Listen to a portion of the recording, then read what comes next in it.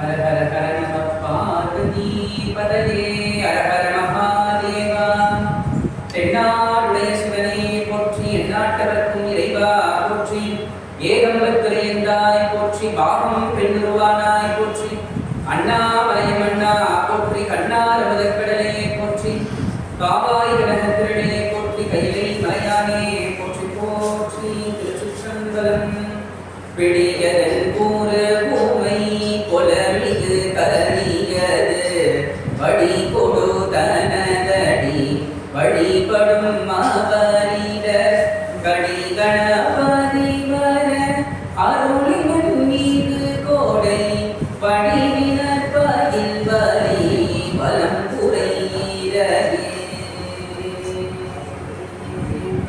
வலம் புரையீரகே சிவ சிவ என்றில தீவினையாளர் சிவ சிவ என்றில தீவினை மாறும் சிவ சிவ என்றில தேவருமாவது சிவ சிவ என்ன சிவகதிதானே கன்னியாகுமரி அருள்காந்திபதி மீனாட்சி கருணை பர்வதவர்தினி கமலை பராசக்தி சிவகாம சுந்தரி காடை உமை மனதித்தை தன்னிகழ்யான் ஞானத்தைய வரதாமிகை தையள் அபிராமி மங்கை நந்த அலமலர்த்தவள் கண்ணருள் செய் காமாட்சி என்னையாள் கௌரி பாலாமுதி உண்ணாமுலை இலங்கு நீலாயுதாட்சி எழற் பிரமராமிதி இலங்கு பார்வதியாதி எண்ணில்லா நாமரூப கண்ணையாய் காசி முதலாகிய களத்து விளையாடு விசாலாட்சியாம் அண்டகோடிகள் பணி அண்டபூரணியும் அன்னபூரணி எண்ணையே அங்காள பரமேஸ்வரி உமையே போற்றி போற்றி ஓம் திருச்சிற்றம்பலம் கோழியற்போம் கொழியற்போம் கடல் போற்றி ஆழிசை கல்விதத்தில் அணிந்தவிழாமணி போற்றி பாடிய திருநாவலூர் வன்கொண்டர் பதம் போற்றி ஓடிமலை திருவாரூர திருக்காள் போற்றி காவாய் கனகத்திரளே போற்றி கைலை மலையானே போற்றி திருச்சிற்றம்பலம். அங்கே வினாதபடி எங்கும் நீக்கமர நிறைந்திருக்கக்கூடிய சிவபரம்பொருள் எல்லா இடத்திலும் அம்மையப்பனாக இருந்து தியாகித்து நாம் சிந்திக்கக்கூடிய விதமாக நம்முடைய ஞான பாதைக்கு வித்திடக்கூடிய விதமாக இந்த சொற்பொழிகளை எல்லாம் நடத்துவதற்கும் அமைவதற்கும் உறுதுணையாக இருக்கும் குருவரும் திருவரும் செயல்படுகின்றன. இப்படியாக இந்த சைவ சமய பக்தஜன சபையிலே நாம் நம்முடைய ஞானப்பாதைக்கு வித்தாக விளங்கக்கூடிய இந்த சொற்பொழிகளை எல்லாம் நடத்துவதற்கு உறுதுணையாக இருக்கக்கூடிய இந்த அமைப்பாளர் அவர்களுக்கும் இந்த குழுவில் இருக்கக்கூடிய அடியார் பெருமக்கள் அனைவருக்கும் அடியவருடைய மனமார்ந்த வணக்கங்களையும் நன்றிகளையும் தெரிவித்துக் கொள்கின்றேன். இந்த காலம் கார்த்திகை மாதம் தர்மசாஸ்தா என சொல்லப்படக்கூடிய ஐயப்ப சுவாமியினுடைய விரத காலம். ஆகவே காலத்திற்கு ஏற்றாற்போல் நாம அந்த இறைவனை சிந்திப்பது என்பது சாலச் சிறந்தது என்று அடியவருடைய கூற்று. அப்படியாக இந்த கார்த்திகை மார்கழி தை ஆகிய இந்த 3 மாதங்களும் நம்முடைய மக்கள் தர்மசாஸ்தா என சொல்லப்படக்கூடிய ஐயப்ப சுவாமிக்கு மாலை அணிந்து விரதம் இருந்து நோன்பு நோக்கு, அதாவது இருமுடி என சொல்லக்கூடிய அந்த உன்னதமான ஒரு வழிபாடு. இருமுடி சமர்ப்பித்தல் என்பது ஒரு உன்னதமான வழிபாடு, நம்முடைய ஐயப்பனுடைய வழிபாடு. அப்படியாக இந்த கார்த்திகை மாதத்துல எல்லாரும் மாலை வந்து சபரி மலை என சொல்லக்கூடிய இந்த அற்புதமான தர்மசாஸ்தாவினுடைய அருட்பதியாக திருப்பதியாக விளங்கக்கூடிய அந்த ஆலயத்திற்கு சென்று தங்களுடைய விரதத்தை முடிக்கிறார்கள். நம்ம எல்லாருக்குமே தெரியும், சபரிமலை, அதாவது மலையாள தேசம், இப்பொழுது நாம கேரளான்னு சொல்றோம். அதாவது மலைகள் சூழ்ந்த பிரதேசம். இந்த சபரிமலை என்பது மலைகள் சூழ்ந்த பிரதேசம், அதாவது மேற்கு தொடர்ச்சி மலைப்பகுதி என்று சொல்லுவார்கள். அடர்ந்த காணகம், அடர்ந்த காணகம். அந்த காட்டுல வந்து பார்த்தீங்கன்னா தர்மசாஸ்தாவாக ஐயப்பன் முழுது இருக்கின்றார்.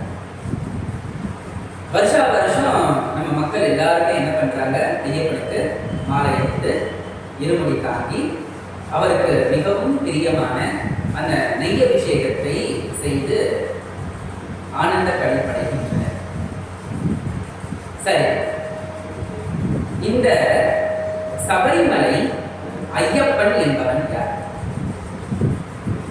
இந்த ஐயப்பனுடைய வழிபாடு நமக்கு எங்கிருந்து ஆரம்பிக்கின்றது? ஐயப்பனுடைய வழிபாடு நமக்கு எங்கிருந்து ஆரம்பிக்கின்றது என்கின்றதாகிய ஒரு கேள்வி.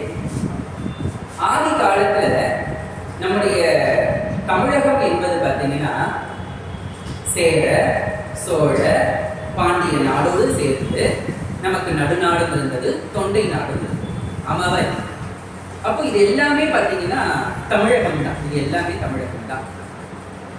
ஆதியில நம்முடைய தமிழகத்துல இத்தனை நாடுகள் இருந்தது. சேர நாடு, சோழ நாடு, பாண்டிய நாடு, நடுநாடு, தொண்டை நாடு, இன்னும் நிறைய வந்து பார்த்தீங்கன்னா சிற்றூர்கள், அதே போல சிற்றரசர்கள், பேரரசர்கள் எல்லாருமே வாழ்ந்துட்டு இருந்த ஒரு அற்புதமான இடம் அந்த காலத்துல. இப்போ வந்து நிறைய ஸ்டேட்ஸா அது வந்து ஒவ்வொரு மாநிலங்களாக பிரிந்து விட்டன. இப்படியாக நாம் பார்க்கும் பொழுது நாம் ஐயப்பனை ஐயனார் என்று நம்முடைய தமிழகத்திலே நாம் வழிபடுகின்றோம். இப்ப எப்படி நாம் இந்த ஊர்கள் தோறும் கிராமப்புறங்களிலே பூரணி, புஷ்கலை சகிதமாக ஐயனார் காவல் தெய்வம் போல வீற்றிருக்கும். அமவலிங்கம், நல்ல ஒரு குதிரை வாகனம், யானை வாகனம், புலி வாகனம். இன்னைக்கும் நீங்க கிராமப்புறங்கள்ல போனீங்கன்னா ஐயனார் கோயில்ல குதிரை நிச்சயமா இருக்கும், யானை இருக்கும், அதே போல வெவ்வேறு விதமாகிய விலங்குகளினுடைய பொம்மைகள்லாம் அங்க இருப்பதை நாம பார்க்கிறோம். அப்போ இந்த ஐயனார் வழிபாடு, இந்த ஐயப்ப சுவாமி வழிபாடு எந்த காலத்திலிருந்து நமக்கு வந்தது என்பதே தெரியாது. அதுதான் உண்மை. ஏன்னா மிகவும் தொன்மையான ஒரு வழிபாடு என்பது இந்த ஐயப்ப சுவாமி வழிபாடு. அதைத்தான் நாம இப்பொழுது ஐயப்ப சுவாமி என்று சொல்லுகிறோம். முன்னொரு காலத்துல இது வந்து பார்த்தீங்கன்னா மாசாத்தன் வழிபாடு என்று பெரியவர்கள் சொன்னார்கள். என்ன இது புதுசா ஏதோ ஒரு பேரை சொல்றீங்களே, அது என்னது மாசாத்தன் அப்படின்னு நீங்க சொல்றீங்களே அப்படின்னு ஒரு கேள்வி கேட்கலாம். இப்போ நமக்கு ஒரு கேள்வி ஒன்று வரும், ஐயப்பன் யாருக்கு பிறந்தார் என்று. பொதுவாக நாம சொல்லுவோம், சிவ வைஷ்ணவத்தினுடைய ஐக்கியம்தான் தர்மசாஸ்தாவாகிய ஐயப்பன். அதாவது சிவபெருமானின் மகாவிஷ்ணுவினுடைய அந்த சக்தி இரண்டும் சேர்ந்து ஒரு வடிவத்தை கொடுத்தது. அந்த வடிவம் தான் சாத்தன் வடிவம். அவன்தான் மாசாத்தன், அவன்தான் மாசாத்தன். சரி, சாத்தன் என்றால் என்ன என்கின்றதாகிய அந்த சொல்லுக்கு பொருளை நாம் பிறகு பார்க்கலாம். இப்படியாக நிறைய பேருக்கு ஒரு ஐயப்பாடு உண்டு. சிவபெருமானுக்கும் மகாவிஷ்ணுக்கும் எப்படி ஒரு குழந்தை பிறக்கும் என்று. அதாவது மகாவிஷ்ணு என்பவர் வேற யாருமே கிடையாது, சாக்ஷாத் அம்பிகையினுடைய வடிவம். சாக்ஷாத் அம்பிகை. இந்த உலகத்துல ரெண்டே ரெண்டு சக்தி தாங்க ஆதி வஸ்து, ஒன்னு சிவம், இன்னொன்று சக்தி. அந்த பராசக்தியே போகேச்சே பவானி, போகங்களை அருளக்கூடிய பவானியாக இருக்கிறார். குரோதேச்சே காளி, அவளுக்கு கோபம் வரும் பொழுது, எப்பொழுது எல்லாம் தர்மம் குன்றி அநீதி தழைக்கின்றதோ அப்பொழுது எல்லாம் அவள் காளியாக அவதரிக்கிறார். யுத்தேச்சே துர்கா, அசுரர்களை அவள் அழிக்கும் பொழுது அவளே துர்கா பரமேஸ்வரியாக, அவளே மகா சண்டிகா பரமேஸ்வரியாக அவதரிக்கிறாள். அவளே ஒரு புருஷ வடிவத்தை தாங்கினாள் என்றால், அந்த தேவியே ஒரு ஆண் வடிவத்தை எடுத்தாள் என்றால் அவளே மகாவிஷ்ணு. போகேச்சே பவானி, யுத்தேச்சே துர்கா, குரோதேச்சே காளி, புருஷேச்சே விஷ்ணு என்று நமக்கு அந்த வடமொழி பதம் ஒன்று இருக்கின்றது. ஆக இப்படியாக நமக்கு ஒரு ஆதாரம் கிடைத்திருக்கு. சரிங்க, இதை பற்றி நம்முடைய தமிழ் நூல்கள் ஏதாவது குறிப்பிட்டிருக்கா? அரியலால் தேவி எல்லை ஐயன் ஐயாரப்பனார்க்கு என்று திருவையாறு பதிகத்திலே நம்முடைய நாவுக்கரசு பெருமான் அங்கு வீற்றிருக்கக்கூடிய தர்மசம்பர்தினி வேறு யாரும் கிடையாது, சாக்ஷாத் மகாவிஷ்ணுவே தர்மசம்பர்தினியாக நம்முடைய ஐயாரப்பர் கோயிலிலே இருக்கிறார் என்றால் இதைவிட நமக்கு எந்த ஒரு எடுத்துக்காட்டும் தேவையில்லை. ஆமாவா இல்லை? இதைவிட நமக்கு எடுத்துக்காட்டு தேவையில்லை. ஆகவே இந்த ஒரு விஷயத்தை நம்முடைய நாவுக்கரசு பெருமான் ஒரு இடத்துல பாடியிருக்கிறார். அப்போ மகாவிஷ்ணுக்கும் நம்முடைய சிவபெருமானுக்கும் அவதரித்தவர்தான். அதாவது இன்னைக்குமே இறைமூர்த்தம் என்பது மனிதர்கள் போல் கிடையாது. அது சக்தியை இயைத்தல், அந்த சக்தியின் ஏதனால் வரக்கூடிய ஒரு வடிவம் தான். இப்ப முருகப்பெருமான்களை பார்த்தீங்கன்னா எப்படி அவதாரம் பண்ணாருன்னா, சிவபெருமானுடைய நெற்றிக்கண் அம்பிகையினுடைய சக்தி சேரும் பொழுது சிவபெருமானுடைய நெற்றிக்கண்ணிலிருந்து 6 வழிகளாக வந்தவன் முருகப்பெருமான். அதே போல விநாயக பெருமானும் எப்படி என்றால், ஒரு கானகத்திலே சிவபெருமானும் அம்பிகையும் பிடி அதன் உரு உமை, நான் விநாயகருடைய துதியில கூட பாடுறேன், பிடி அதன் உரு உமை கொலப்பு கரியது வடிகொடு தனதடி. சிவபெருமான் ஆண் யானையாகவும் அம்பிகை பெண் யானையாகவும் இருக்கும் பொழுது அவர்கள் இருவரும் ஒருவரை ஒருவர் பார்க்கும் பொழுது பிரணவாகாரத்தின் வடிவாக விநாயக பெருமான் தோன்றினான் என்பதுதான். மனிதர்கள் போல அவர்களுடைய அந்த இணைதலை நாம் இறக்கிவிடக்கூடாது, அவர்கள்லாம் தெய்வமானவர்கள். ஆக அப்படியாக அந்த சிவ வைணவ ஐக்கியம் என்று சொல்லக்கூடிய அந்த சிவபெருமானுடைய சக்தியையும் அந்த மகாவிஷ்ணுடைய சக்தியும் ஒன்று சேரும் பொழுது மாசாத்தன் என சொல்லக்கூடிய தர்மசாஸ்தா என சொல்லக்கூடிய அந்த ஐயப்பனினுடைய அவதாரம் நிகழ்ந்தது. ஐயப்பனினுடைய அவதாரம் நிகழ்ந்தது. இதை நம்முடைய தேவாலயத்துல திருப்பயற்றூர் என்கின்றதாகி அந்த பாடல் பெற்ற சிவஸ்தலத்துல நம்முடைய நாவுக்கரசர் பாடுறார். சாத்தன் யாரினுடைய பிள்ளை என்று பாடும் பொழுது பார்த்தனுக்கு அருளும் வைத்தார். யாரு? சிவபெருமான் பார்த்தனுக்கு அருளும் வைத்தார், பாம்பரை ஆட வைத்தார், சாத்தனை மகவாய் வைத்தார். அதாவது சாத்தனை மகனாய் வைத்தார். இந்த இடத்துல நம்முடைய நாவுக்கரசு பெருமான் சொல்றார் பாருங்க, சாத்தனை மகனாய் வைத்தார். யார் என்றால் தீர்த்தமும் சடையில் வைத்தார் திருப்பயற்றூர் பூரணாரே என்று பாடும் பொழுது நமக்கு இதிலிருந்து தெரிந்துவிட்டது, சாத்தன் என்பவன், அந்த சாஸ்தா என்பவர் சாக்ஷாத் அந்த சிவபரம்பரையினுடைய பிள்ளை, சிவபரம்பரையினுடைய பிள்ளை. சரி, இப்போ நமக்கு ஒரு விஷயம் தெளிவாகிவிட்டது. சரி, இதற்கு இன்னும் நீங்க ஆதாரமாகிய விஷயங்களை சொன்னாதான் நாங்க நம்புவோம் அப்படின்னு நீங்க ஒரு கேள்வி கேட்கலாம். அதற்கு அரிதாகிய ஒரு விஷயம் இருக்குங்க. அதுதான் நம்முடைய மாதவ சிவஞான முனிவர் திருவாவூரை ஆதீனத்தினுடைய வழிவந்த ஒரு பெரிய மகான். அவர் இயற்றியதுதான் காஞ்சி புராணம். இன்னைக்கு நாம தொண்டை மண்டலம்னு சொல்றோம் பார்த்தீங்களா, நாம இருப்பது எல்லாமே தொண்டை மண்டலம். இதற்கு தலைநகராக இருந்தது காஞ்சிபுரம். அதாவது காசி, காஞ்சி, அவந்திகா என்று இந்த பூலோகத்திலே 7 மோட்சபதிகளில் ஒன்று நம்முடைய காஞ்சிபுரம். கட்சி என்பது மோட்சபதி, முக்தியை அளிக்கக்கூடிய தலம். அங்க பாத்தீங்கன்னா அடிக்கு ஒரு சிவலிங்கம், அவ்வளவு சிவாலயம். அப்பொழுது நம்முடைய மாதவ சிவஞான யோகிகள், மாதவ சிவஞான முனிவர் என்ன பண்றாரு, அவர் ஆதீன கர்த்தர் இல்லையா, நம்முடைய காஞ்சியில் இருக்கக்கூடிய ஒவ்வொரு சிவாலயத்தை பற்றியும் அந்த காஞ்சி புராணத்துல எழுத பாடலாக எழுதுறார். அனைவரும் தெரிந்து கொள்ள வேண்டிய ஒரு விஷயம். அன்னைக்கெல்லாம் பார்த்தீங்கன்னா புவியியலை பத்தின தெளிவுலாம் கிடையாது. ஆனா ஞானிகள் அந்த காஞ்சி புராணத்துல ஒரு கோயில் எங்க இருக்கு, எந்த கோட்டத்துல இருக்குது, எந்த அமைப்புல இருக்குது, எந்த திசையில இருக்குது, அந்த சிவபெருமானை யாரெல்லாம் வழிபட்டு இருக்கிறார்கள், அந்த சிவபெருமானை யாரெல்லாம் வழிபட்டு பேறு பெற்று இருக்கிறார்கள் என்றெல்லாம் நமக்கு காஞ்சி புராணத்துல மாதவ சிவஞான யோகிகள் குறிப்பிட்டிருக்கிறாங்கன்னா அது ஒரு கடல். காஞ்சி புராணம் என்பது ஒரு கடல். பாருங்க, நம்ம காஞ்சிபுரத்தில் இருக்கக்கூடிய சிவபெருமானை அந்த கட்சி ஏகம் பண்ணி யாரெல்லாம் வழிபட்டிருக்கிறார்கள் என்றால் நம்ம ஆதிபராசக்தியாக இருக்கக்கூடிய காமாட்சி அம்மன், நம்முடைய பஞ்சபாண்டவர்கள், அதே போல பார்த்தீங்கன்னா உலகளந்த பெருமாள், வாமனன், இன்னும் எண்ணற்ற தெய்வங்கள், தேவர்கள், 33 தேவர்கள், வாசுகி நாமம், இப்படி நீங்க எடுத்துக்கிட்டீங்கன்னா அது கணக்கில் நடந்தா போய்கிட்டே இருக்கும். அப்படியாக நம்முடைய தர்மசாஸ்தான் என சொல்லக்கூடிய மாசாத்தன், ஐயப்பன் வழிபட்ட சிவனுடைய ஆலயம் இருக்குது. அதன் பெயர் மாசாத்தன் தனி. அதற்கு பெயர் என்னது? மாசாத்தன் தனி.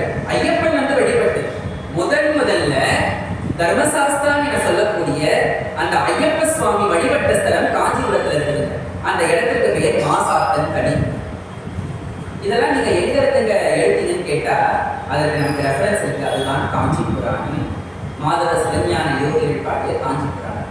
அந்த காஞ்சி புராணத்துல தான் ஐயப்பனினுடைய அவதாரத்தை நம்முடைய மாதவ சிவஞான யோகிகள் பாடியிருக்காரு பாருங்க. நமக்கு பொதுவாகவே ஒரு கதை தெரியும். அது என்ன கதை அப்படின்னா, பார்க்கடலை அசுரர்களும் தேவர்களும் வாசுகி நாகத்தை நானாக கொண்டு அந்த மந்திர வலையை கடைந்தார். கடைந்த பொழுது நமக்கு என்னென்ன வஸ்துக்கள் எல்லாம் வந்தது அப்படின்றது நமக்கு தெரியும். இறுதியாக நமக்கு அமிர்தகுடம் வந்தது. அதை அசுரர்கள் கைப்பற்றிட்டு போனார். ஆக இந்த செய்தி நம்முடைய மாதவ சிவஞான யோகிகள் பாடுறார் பாருங்க. நரை கொப்பளிக்கும் நரும் புகுத்து நளின வாழ்க்கை புத்தேடு சிறையில் புகுத்தும் பெருமானார் குமரக்கோட்ட சிறப்புரைதான். முதல்ல என்ன பண்றாங்க, காஞ்சிபுரத்தில் இருக்கக்கூடிய குமரக்கோட்டத்தை பாடி அதனுடைய சிறப்புகளை எல்லாம் சொல்லிட்டார். அடுத்தது எங்க வர அப்படின்னா, நிறைய பூத்த மலர் பொதும்ப நீடும் அதற்கு தென் திசைக்கண் முறையில் திகழும் மாசாத்தன் முதல்வன் தானம் எடுத்துரைப்பான். மாசாத்தனினுடைய முதல் தானம், மாசாத்தன் என சொல்லக்கூடிய தர்மசாஸ்தாவினுடைய அவதாரம் நிகழ்ந்து அவர் முதலில் வந்த இடம் எது என்றால் நம்முடைய கச்சிமாநகரம் என சொல்லக்கூடிய காஞ்சிபுரம். நான் சொல்லலைங்க, பெரும் அருளாளர் மாதவ சிவஞான யோகிகள் சொல்ற அவருடைய முதல் தானமா, மாசாத்தனினுடைய முதல் தானமா எது? நம்முடைய காஞ்சிபுரம். சரி, இதை என்னன்னு சொல்றாருன்னா, மாசாத்தன் படலம் என்றே பாடுகிறார். மாசாத்தன் படலம் என்றே பாடுகிறார். சந்தேகம் இருக்கிறவங்க காஞ்சி புராணத்துல மாசாத்தன் படலத்தை எடுத்து 1832 பாடலிருந்து 1868 பாடல் வரைக்கும் படிச்சீங்கன்னா நமக்கு ஐயப்பனினுடைய அவதாரம் நமக்கு தெரியும். அந்த மாசாத்தனினுடைய அவதாரம் நமக்கு தெரியும். ஆக இப்படியாக அந்த புராணத்தை சொல்றாரு பாருங்க. இதெல்லாம் நாம ஏன் படிக்கிறோம்னா, அவ்வளவு ஒரு அழகான தமிழ். இந்த தமிழெல்லாம் நாம இந்த மாதிரி இடத்துல நாம படிக்க முடியும். ஆக அப்படியாக வைவாள் எயிற்று தானவரும் வானவரும் மந்திரத்தில் பைவாய் தாம்பு பிடித்திருக்கு கடைந்த ஞான்று பறவையும், அதாவது இந்த அசுரர்களும் தேவர்களும் என்ன பண்றாங்கன்னா, பைவாய் என்றால் வாசுகி பாம்பு, அதை தாம்பாக கொண்டு என்ன பண்றாங்க, மந்திரமலையை கடைகிறார்கள். தாம்பாக கொண்டு மந்திரமலையை கடைகிறார்கள். அப்பொழுது பாருங்க, வெவ்வாய் நஞ்சம், நஞ்சு ஆடாத விஷம், 2 விதமாகிய விஷம் வருதுங்க. ஒண்ணு மந்திரமலையை கடையும் பொழுது ஒரு விஷம் வருது. அதே போல அந்த வாசுகி பாம்பை நானாக அவர்கள் கையிலாக மாற்றும் பொழுது இந்த வாசுகி நாகம் கக்கியது பாருங்க, இது ஒரு விஷயம். அப்போ சிவபெருமான் ஆளாள விஷம் என சொல்லக்கூடிய 2 விதமாகிய விஷத்தை தன்னுடைய மிடற்றிலே அடக்கி கொண்டார், கழுத்திலே அடக்கி கொண்டார். அதனாலதான் சிவபெருமானுக்கு பேரு கரை மிடற்றான், மைஞான்ற கண்டத்தான் என்று காரைக்காலமையார் பாடுறாங்க. பிறந்து முடிவுகின்ற பின்னெல்லாம் காதல் சிறந்ததின் சேவடியை சேர்ந்தேன் நிரந்திகளும் மைஞான்ற கண்டத்து வானோர் பெருமானே. இந்த தேவாதி தேவர்கள், தெய்வங்கள், இந்த பூலோக உயிர்கள், அண்ட சராசரத்தையும் சிவபெருமான் அந்த ஆளாள நஞ்சை உண்டு காத்தான் என்றால் எவ்வளவு பெரிய கருணையாளன் அந்த சிவபெருமான். அப்படியாக வெவ்வாய் நஞ்சம் நிகழ்த்தி வெறுவாதளித்த பெருங்கருணை, சிவபெருமானுடைய கருணை பெருங்கருணை, ஐவாய் அணிபூன் பெருமாள் அருளை நீல கடைந்தபடி என்று முதல் பாடல பாடுற. அடுத்தது நம்ம இதெல்லாம் தெரிஞ்சு கொள்ள வேண்டிய விஷயம். இப்ப நம்ம மகாலட்சுமின்னு சொல்றோம், காமதேனு சொல்றோம், சிந்தாமணி சொல்றோம், அதே போல மருத்துவ இறைவர் என்று நாம் சொல்றோம். ஆமாவா இல்லைங்களா? ஆகவே இவர்கள் எல்லாம் எங்க இருந்து வந்தாங்க அப்படின்னா பார்க்கடலை கடையும் பொழுது வந்தார்கள். இதுல ஒரு அழகான ஒரு விஷயம், யாருக்குமே ஒரு தெரியாத விஷயத்தை நமக்கு மாதவ சிவஞான யோகிகள் சொல்லியிருக்கிறாரு. பார்க்கடலை கடையும் பொழுது முதலில் வந்தவள் யார் தெரியுமா? யார் தெரியுமா? மகாலட்சுமி அல்ல. மகாலட்சுமியினுடைய அக்காளாக இருக்கக்கூடிய நாம் யாரை மூதேவி என்று சொல்கிறோம், அவள் மூதேவி கிடையாது, மூத்த தேவி. மூத்த தேவி. அவளுக்கு நம்முடைய தமிழ் சமுதாயம் இட்ட பெயர் சேட்டை. அதை வடமொழியிலே ஜேஷ்டா தேவி என்றார். வடமொழியிலே ஜேஷ்டா தேவி என்றார். இன்னைக்கும் நீங்க பழங்காலத்து சிவாலயங்கள்லாம் பாருங்க, பல்லவர் காலத்து சிவாலயங்கள்லாம் பாருங்க, மூதேவியினுடைய சிலை இருக்கும். ஆனா அந்த அம்மாவை நாம திட்டத்துக்கு தான் சொல்லுவோம். அப்படி சொல்லி திட்டக்கூடாது. மகாலட்சுமிக்கு மூத்தவள், அதனாலதான் அவள் பெயர் மூதேவி. அவர் சொல்றாரு பாருங்க, நம்முடைய மாதவ சிவஞான யோகிகள், சேட்டை அணங்கு. அணங்குனா சாதாரண விஷயம் கிடையாங்க, தெய்வ மகளிர், அசாத்தியமான சக்தி படைத்தவள். அணங்கு என்றால் அசாத்தியமான சக்தி படைத்ததற்கு பெயர் அணங்கு. பெண் தெய்வத்திற்கு பெயர் அணங்கு என்று பெயர். இப்படியாக சேட்டை அணங்கு திருமணி ஆண் தெய்வ மகளிர் மருத்துவர். மருத்துவர் தன்வந்திரி. தன்வந்திரியை தான் இங்க சொல்ற. அதே போல நாற்கோட்டு மதம், அதாவது நாற்கோட்டு மதமா முதல் பலவும் குறைநீர் கடலுள் தோன்றிய பின் வாட்டு பிறவி பெரும்பிடித்து மருந்தாய் அமிர்தம் தோன்றலும். அமிர்தம் எப்படி தெரியுமா தோன்றுச்சு? சும்மாலாம் தோன்றது. முதல்ல பார்க்கடலை கடையும் பொழுது சேட்டை வந்தார், ஜேஷ்டா தேவி வந்தார், மூத்த தேவி வந்தார், மகாலட்சுமியினுடைய அக்காள் வந்தார்.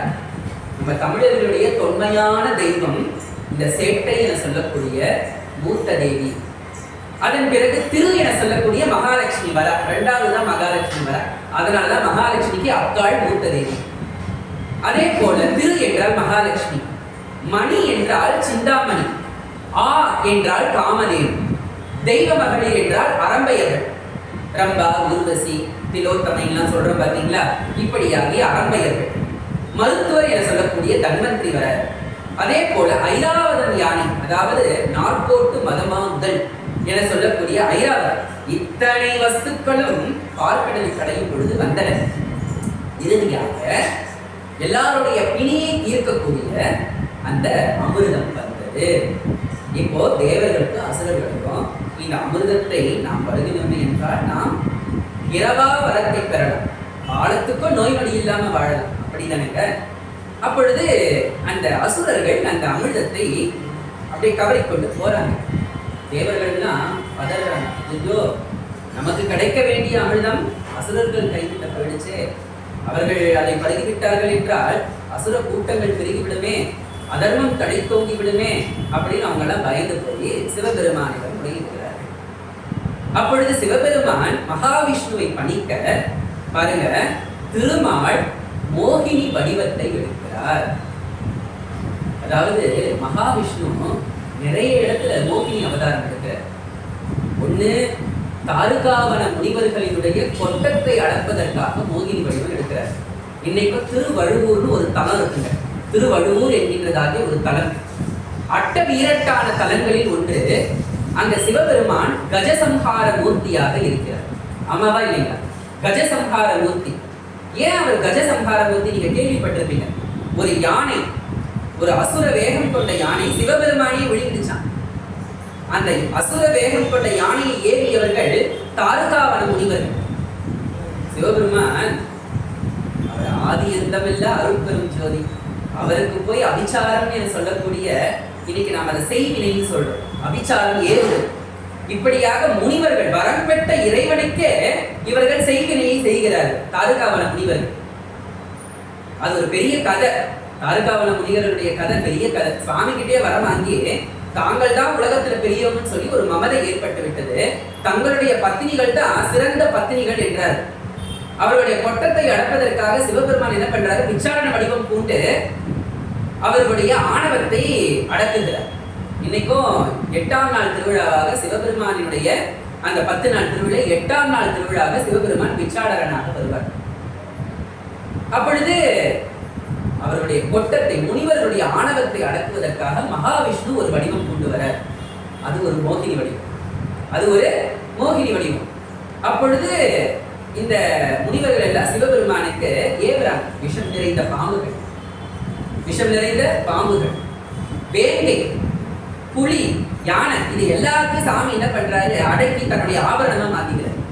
சிவபெருமான் பிறகு கையில நாகாபரணராக இருப்பார், ஆமாவா இல்லையா? அதே போல யானையினுடைய தோலை போர்த்தி இருப்பார். அப்போ அந்த விழுங்கிய யானையை கிழித்து வெளியில வரார் சுவாமி, கிழித்து வெளியில. திருவழுவூர் என்கின்றதாகிய அட்டவிரட்டான தலம், எல்லாரும் போய் பார்க்க வேண்டிய தலம்.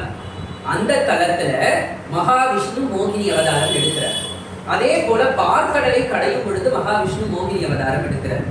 அதே போல பாத்தீங்கன்னா நம்முடைய பார்வதி தேவிக்காக இன்னொரு ஒரு முறை மகாவிஷ்ணு மோகினி வடிவம் கூடுகிறார். இது எல்லாமே யார் சொல்றாருன்னா நம்முடைய மாதவ சிவஞானத்துல காஞ்சி புராணத்துல சொல்றாரு. இது காஞ்சி புராணத்துல சொல்றாரு பாருங்க. திருமால் எப்படி தெரியுமா மோகினி அவதாரம் எடுக்கிறாரு? ஆற்றல் நிலையார் சுதை குடத்தை, சுதை குடம்னா சுதை என்றால் அமிர்தம் என்று பொருள், சுதை என்றால் அமிர்தம் என்று பொருள். சுதை குடத்தை அடழ்வாள் அவுணர் கைப்பற்ற, அடழ்வாள் அவுணர் கைப்பற்ற தோற்று மருகில் புத்தேளிர் அளமந்தேங்கும் துயர் நோக்கி காற்றும் நருந்துளவும் கமஞ்சுட்கொன்ற இணைவெளிக்கு கூற்றம் பதைக்கும் மோகினியாம் வடிவாங்கு கொண்டான். யார் என்றால் திருமால். அந்த அமிர்தத்தை கைப்பற்றுவதற்காக, அசுரர்களிடமிருந்து கைப்பற்றுவதற்காக அழகான ஒரு பதுமை கோலத்திலே மகாவிஷ்ணு மோகினி அவதாரம் எடுக்கிறார். மகாவிஷ்ணு மோகினி அவதாரம் எடுக்கிறார். அதன் பிறகு மோகினி அவதாரம் எடுத்து அப்படியே என்ன பண்றாரு, அந்த அசுரர்களை எல்லாம் அப்படி மயக்கி, அது ரொம்ப அழகா பாடியிருப்பார். அவருடைய வதனங்கள் பெண்ணே தோற்று போயிடுவாள். அந்த மகாவிஷ்ணுவினுடைய அந்த மோகினி அவதாரத்திற்கு பெண்ணே தோற்று போயிடுவாள். அவ்வளவு ஒரு அழகு, அவ்வளவு ஒரு அழகு. ஆனால் எதற்காக அந்த வடிவத்தை எடுக்கிறார் என்றால், அந்த அசுரர்களை திசை திருப்பி அவர்களிடமிருந்து அந்த அமிர்தத்தை பெறுவதற்காக, அவர்களிடமிருந்து அமிர்தத்தை பெறுவதற்காக. ஆக அப்படியாக மகாவிஷ்ணு அமிர்தத்தை எடுத்துட்டு வந்து தேவர்களிடம் கொடுக்கிறாரு. அந்த கதையெல்லாம் நமக்கு தெரிந்த ஒரு விஷயம்தான். ஆனா அதற்கு ஆதாரம் வேணும். அதற்கு தான் நான் காஞ்சி புராணத்தை உங்களுக்கு படிச்சு காட்டினேன். இந்த விஷயத்தை உமாதேவியும் சிவபெருமானும் திருக்கைலாய மலையில அளவலாவி கொண்டிருக்கின்றன. இந்த விஷயங்கள் எல்லாம் அளவலாவி கொண்டிருக்கும் பொழுது பார்வதி தேவிக்கு ஒரு ஆசை வந்துதான், நானும் அந்த அழகான அந்த மோகன வடிவத்தை பார்க்க வேண்டும் அப்படின்னு சொல்லும் பொழுது சிவபெருமான் பணிக்க மகாவிஷ்ணு இன்னொரு முறை மோகினி வடிவம் பூண்டார். இன்னொரு முறை மோகினி வடிவம் பூண்டார். யாருக்காக? பார்வதி தேவிக்காக. சொல்றாரு பாருங்க, தன்னடி வழிபட சார்ந்த மாயனி, தன்னடி வழிபட சார்ந்த மாயனி அன்னவை என் என கடாவி அவ்வுரு, அவ்வுருனா திரும்பவும் அந்த மோகினி வடிவம், என்னெதிர் காட்டுகின்று, திரும்பவும் ஒரு முறை காட்டேன் அப்படின்ட்டு சிவபெருமான் பணிக்க இயம்ப சார்கனும் மன்னிய மலைமகள் வதனம் நோக்கியே, மலைமகள் கேட்டு அப்படியே ஆசைப்பட்டு நிற்கிறாள். அந்த அழகான மோகன வடிவத்தை நான் பார்க்க மாட்டேனா அப்படின்னு சொல்லிட்டு அவள் ஒரு புன்முறுவல் பூத்து இருக்கும் பொழுது அப்போ மகாவிஷ்ணு திரும்பவும் அந்த வடிவத்தை காட்டுற.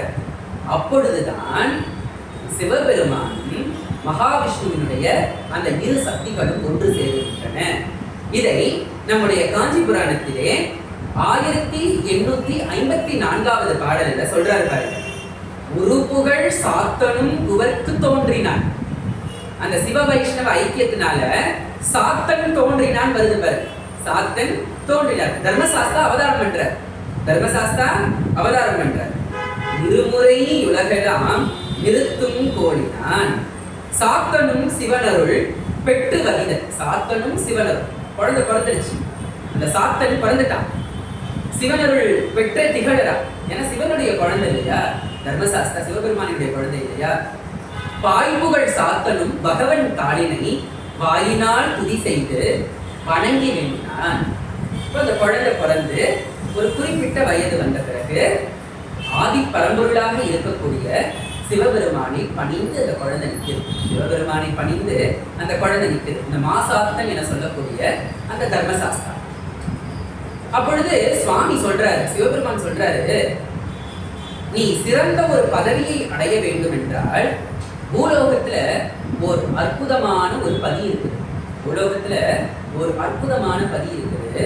அந்த பதி எது தெரியுமா? சாக்ஷாத் அன்னை ஆதிபராசக்தியாகிய உன்னுடைய அன்னையாக இருக்கக்கூடிய அந்த உமாதேவி தன் கால்தோய நடந்த செல்வ காஞ்சி, கால்தோய நடந்து அவளே தன் திருக்கரங்களால் மணலால் லிங்கம் சமைத்து, மணலால் லிங்கம் அமைத்து சிவபூசை செய்த ஸ்தலம் கச்சிமாநகர்.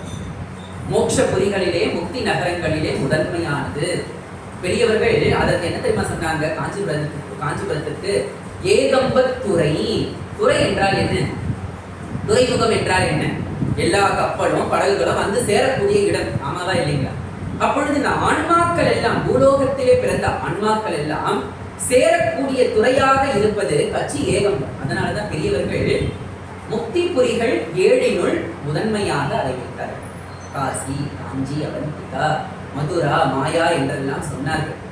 அதிலே மிகவும் சிறப்பு வாய்ந்த இடம் காஞ்சிபுரம். சிறப்பு வாய்ந்த இடம் கச்சிமாநகரம் என சொல்லக்கூடிய காஞ்சிபுரம். இப்படியாக நம்முடைய சிவபெருமான் அந்த சாத்தனை பார்த்து சொல்லுகிறார், பூலோகத்துல ஒரு சிறப்பான இடம் இருக்கு, அங்க பல பேர் எம்மை வழிபட்டு பேறு பெற்றார்கள், அந்த இடத்திற்கு சென்று. அதாவது நம்முடைய மாதவ சிவஞான சுவாமிகள் சொல்றாரு பாருங்க, பூசையாவது சிவலிங்கம், பூசையாவது சிவலிங்க பூசை. எது பூசைன்னு நீங்க எடுத்துக்கிட்டீங்கன்னா சிவலிங்க பூசை தாங்க உண்மையான பூசை. பூசை என்பது என்ன? நாம் சிவலிங்கத்துக்கு செய்யக்கூடிய பூசை தான் உண்மையான பூசை. சிவலிங்கத்துக்கு செய்வதுதான் உண்மையான பூசை என்று நம்முடைய சிவஞான யோகிகள் பாடுகிறார். இப்படியாக அந்த மாசாத்தன் என்ன பண்றாரு? காஞ்சிபுரத்துக்கு வரார். எங்க? காஞ்சிபுரத்துக்கு வரார்.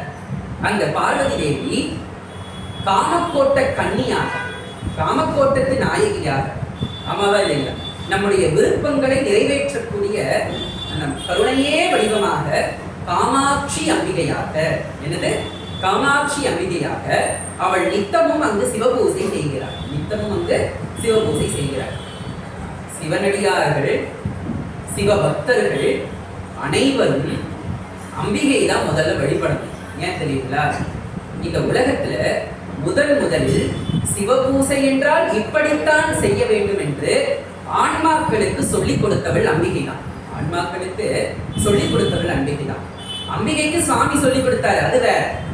ஆனால் ஆன்மாக்களுக்கு இப்படித்தான் சிவபூசை செய்ய வேண்டும் என்று முதலில் சொல்லிக் கொடுத்தவள் சாட்சாத் அந்த ஆதிபராசக்தியாக இருக்கக்கூடிய உமை அம்பிகை. அந்த குழந்தை வருது, சாத்தன் என சொல்லக்கூடிய அந்த சாஸ்தா வராரு. அந்த தேவி என்ன பண்றா? அந்த குழந்தைக்கு இப்படித்தான் சிவபூசை செய்ய வேண்டும் என்று. சிவபூசையெல்லாம் எப்படி தெரியுமா செய்யணும்? நெற்றி நிறைய நீரணியும், ருத்ராக்கம் தரிக்கணும். என்னது? ருத்ராக்கம் தரிக்கணும். அதாவது சிவ சின்னங்களை அணிந்து நாம் செய்யக்கூடிய அந்த சிவபூசை மேன்மையான சிவபூசை. சொல்றாரு பாருங்க, அருளினார் சிவகுரி நிறுவி அர்ச்சித்தான்.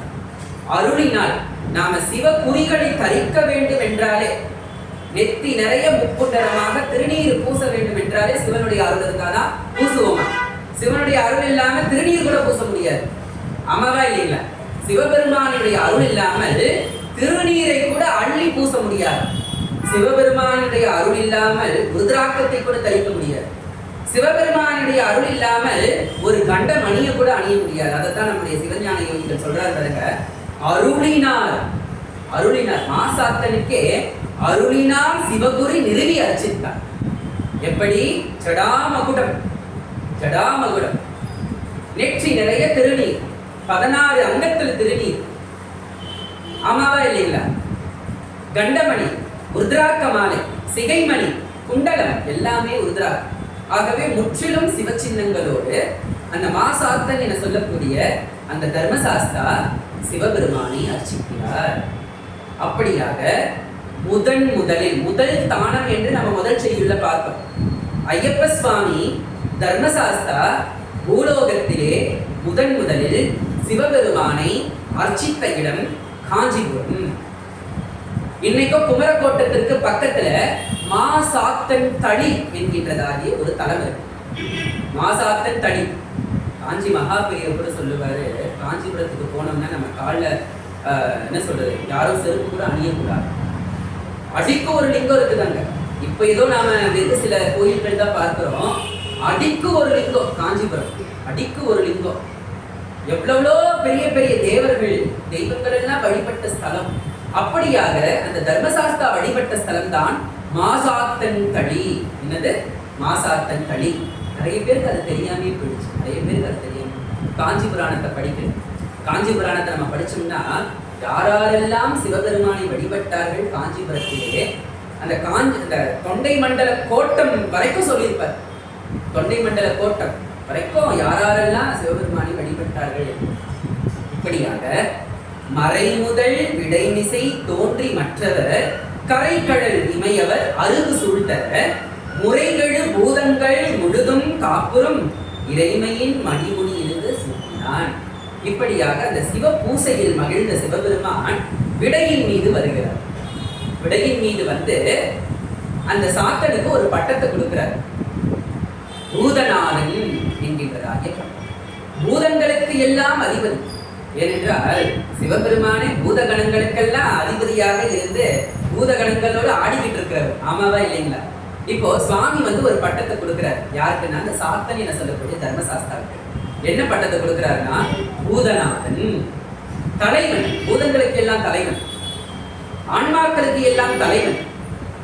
ஆமாவா இல்லைங்களா? பூதநாதாய வித்மகே பவநந்தனாய தீமகி தன்னோ சாஸ்தா பிரச்சோதயாத் என்று நாம தர்மசாஸ்தாவினுடைய காயத்ரியை பற்றி பாடுறோம். மூலமந்திரம் பூதநாதாய வித்மகே, பூதங்களுக்கு எல்லாம் அதிபதி. ஆக இப்படியாக எல்லாரும் புடைசூழ தேவாதி தேவர்கள், முப்பெரும் தேவர்கள், முப்பெரும் தேவியர், முனிவர்கள், ரிஷிகள், யோகிகள், ஞானிகள், அரங்கையர்கள், பூதங்கள் எல்லாரும் புடைசூழ அந்த கச்சிமா நகர்ல ஐயப்ப சுவாமி என சொல்லக்கூடிய இந்த தர்மசாத்தனுக்கு சிவபெருமான் பூதநாதன் என்கின்றதாகிய பட்டத்தை கொடுக்கிறார். அதே போல புவனேஸ்வரன் இந்த உலகத்திற்கு தலைவன் என்கின்றதாகிய பட்டத்தை கொடுக்கிறார். அது எந்த இடத்துல தெரியுமா கொடுக்கிறாரு? இன்னைக்கும் நீங்க காஞ்சிபுரத்துக்கு போனீங்கன்னா மிகவும் பழமையான ஸ்தலம் மகாவிஷ்ணு கச்சபம் என சொல்லக்கூடிய ஆமை வடிவெடுத்து வந்த சிவாலயம் கச்சபேஸ்வரர் ஆலயம். அந்த கச்சபேஸ்வரருடைய ஆலயத்துக்கு போனீங்கன்னா மிகவும் பழமையான பூரணி புஷ்கலை சகிதமாக தர்மசாஸ்திரப்பர் அந்த இடத்துலதான் அவருக்கு புவனேஸ்வரன் என சொல்லக்கூடியதாகிய அந்த பட்டம் அளிக்கப்பட்டது. இப்படியாக இறைமையின் மணிமுடி இனது சூட்டினான். மணிமுடி சூட்டுறார் யாருக்கு? ஐயப்பனுக்கு சிவபெருமான் மணிமுடி சூட்டிய இடம் காஞ்சிபுரம். மணிமுடம் சூட்டிய இடம் காஞ்சிபுரம். அப்போ மணிமுடி சூட்டிட்டார். அவருக்கு கிஃப்ட் கொடுக்கிறார். சிவபெருமான் கிஃப்ட் கொடுக்கிறார். அந்த குழந்தைக்கு வேண்டியதாகிய பொருட்கள் எல்லாம் கொடுக்கிறார். அது என்னன்னு பார்க்கலாமா? பல்கரி வீரர், தேர், பரிகள் தம்முடன் நல்கிய தலைமை பெற்றனை சாத்தனும் ஒல்கிடை மலைமகள் உவகை நீக்கொல மல்கு சீர் பிளதாய் மகிழ்ந்து வைகினான். யானைகளை கொடுக்கிறார் சிவபெருமான். யாருக்கு? ஐயப்பனுக்கு யானைகளை கொடுக்கிறார். நிறைய வீரர்களை கொடுக்கிறார். தேரை கொடுக்கிறார். குதிரைகள், பரிகள் என சொல்லக்கூடிய குதிரைகளை கொடுக்கிறார். நிறைய, நான் ஏற்கனவே சொன்ன பாருங்க, இன்னைக்கோ கிராமப்புறத்துல போனீங்கன்னா ஐயனார் கோயில்ல நிறைய குதிரைகள் இருக்கும், யானைகள் இருக்கும், வீரர்கள் நிறைய பேர் இருப்பாங்க. ஆமாவா இல்லைங்களா? அப்ப அதற்கு சான்று நமக்கு கிடைச்சிச்சா? காஞ்சிபுராணம் ஒரு சான்றா? இப்படியாக பல பொருளை வந்து ஐயப்பனுக்கு கொடுத்து அவருக்கு மணிமுடி சூட்டுறாரு நம்முடைய சிவபெருமான். மணிமுடி சூட்டி சும்மாலாம் இல்லை, சாத்தனுக்கு ஒரு விஷயத்த சொல்ற. மகனே, இந்த தலத்துல உன்னுடைய தாயாக விளங்கக்கூடிய அந்த ஆதிபராசக்தி காஞ்சி காமாட்சி காமக்கோட்டத்து நாயகி என்ன பண்றா தெரியுமா? 32 அறங்களை வளர்த்து கொண்டிருக்கின்றார். 2 காணி நெல்லை கொண்டு 32 அறங்களை வளர்த்து கொண்டிருக்கின்றாள். அவளுக்கு உற்ற துணையாக இருந்து நீ செயல்பட வேண்டும் என்று இன்னைக்கு நீங்க காஞ்சிபுரத்துக்கு போங்க, காமாட்சி அம்மனை தரிசனம் பண்ணுங்க. காமாட்சி அம்மனை சுத்தி வந்து பின்னாடி பாத்தீங்கன்னா அம்மாவுக்கு நேர் பின்னாடி பூரணி புஷ்கலை சகிதனாகிய தர்மசாஸ்தா இருப்பார். அந்த அம்பிகை அந்த செல்ல குழந்தையை தான் பக்கத்திலேயே வச்சுக்கிட்டாங்க. கையில பாத்தீங்கன்னா பூச்செண்டோட அழகா உட்கார்ந்துட்டு இருப்பார். பூச்செண்டோட அழகா உட்கார்ந்துட்டு இருப்பார். இதற்கெல்லாம் நமக்கு காஞ்சி புராணமே சான்று. காஞ்சி புராணமே சான்று. இப்படியாக வளம்பட சிறப்பின் மாசாத்த நேர்த்தி நலம்பட கருணை மாசாத்த நாதனி புலம்பட சிந்தையார் போற்ற பெற்றவர் இளம்பட இருமையும் இன்பம் எய்துவர். இப்படியாகிய பூதநாதனாக இருக்கக்கூடிய சாக்ஷாத் அந்த பரமேஸ்வரனுடைய பிள்ளையாகவும் அந்த சிவ வைஷ்ணவ ரூபத்தினுடைய அடையாளமாக இருக்கக்கூடிய மாசாத்தன் என சொல்லக்கூடிய இந்த தர்மசாஸ்தாவை இந்த ஐயப்பனை எவர் ஒருவர் வழிபடுகிறார்களோ அவர்கள் இருமையும் இன்பம் எய்துவர். இந்த பிறப்பிலும் இன்பம் எய்துவர். மீண்டும் எத்தனை பிறவிகள் நாம் எடுத்தாலும் இன்மையும் மறுமையும் இன்பம் பெறுவர். ஆமாவா இல்லைங்களா? இன்மையும் மறுமையும் இந்த பிறப்பிலும் நாம இன்பம் எய்துவோம். ஒருவேளை நாம் பிறக்கவில்லை என்றாலும் இறைவனுடைய திருவடியிலே இன்பம் பெறுவோம். ஒருவேளை நாம் பிறந்து விட்டோமே என்றால் மறுமையிலும் நாம் இன்பம் பெறுவோம் என்பதுதான் நம்முடைய சிவஞான முனிவர் பார்த்தது.